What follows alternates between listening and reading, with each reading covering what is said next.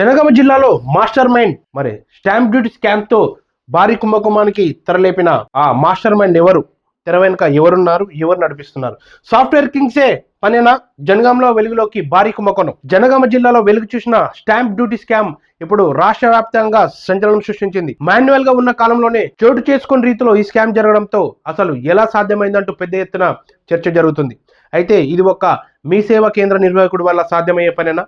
మరి తెర వెనుక ఎవరున్నారు, ఎవరున్నారు, ఎవరు నడిపిస్తున్నారు? సాఫ్ట్వేర్ స్క్రిప్ట్ కింగ్స్ పనేనా అనే అనుమానాలు వ్యక్తమవుతున్నాయి. అయితే ఈ విషయం తెలిసిన ఉన్నతాధికారులు సైతం అవాక్కయ్యారు.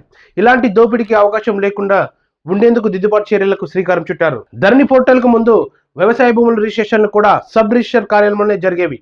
అంతకుముందు పూర్తి స్థాయిలో స్టాంప్ పేపర్ల మీద సీల్ డీడ్ వ్యవహారాన్ని ఫిజికల్ గా కొనసాగించేవారు.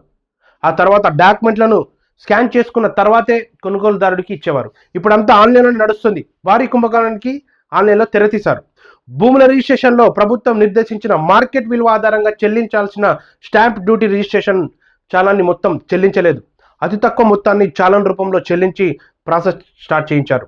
భూముల యజమాని నుంచి మాత్రం పూర్తి స్టాంప్ డ్యూటీ రిజిస్ట్రేషన్ ఫీజు మొత్తాన్ని వసూలు చేసి ఖజానాను మాత్రం తక్కువ చూపించారు. అది అతి తక్కువ చాలన్లు కనిపించడంతో విషయం బయటపడింది. ఒకే రోజు 10 చాలన్లను చెక్ చేయక అందులో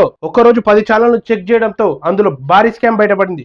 ఒకే రోజు చెక్ చేస్తే 8,55,577 రూపాయల స్కామ్ బయటపడింది. అంటే ఇంత పెద్ద మాస్టర్ మైండ్ ఎవరు నడిపిస్తున్నారు? ఒక మీ సేవ నిర్వాహకుడికి సాధ్యమేనా? మీ కామెంట్ రూపంలో తెలియజేయండి. దీనిపై ప్రాథమిక విచారణ జరిపి పోలీసులు దర్యాప్తు చేస్తున్నారు.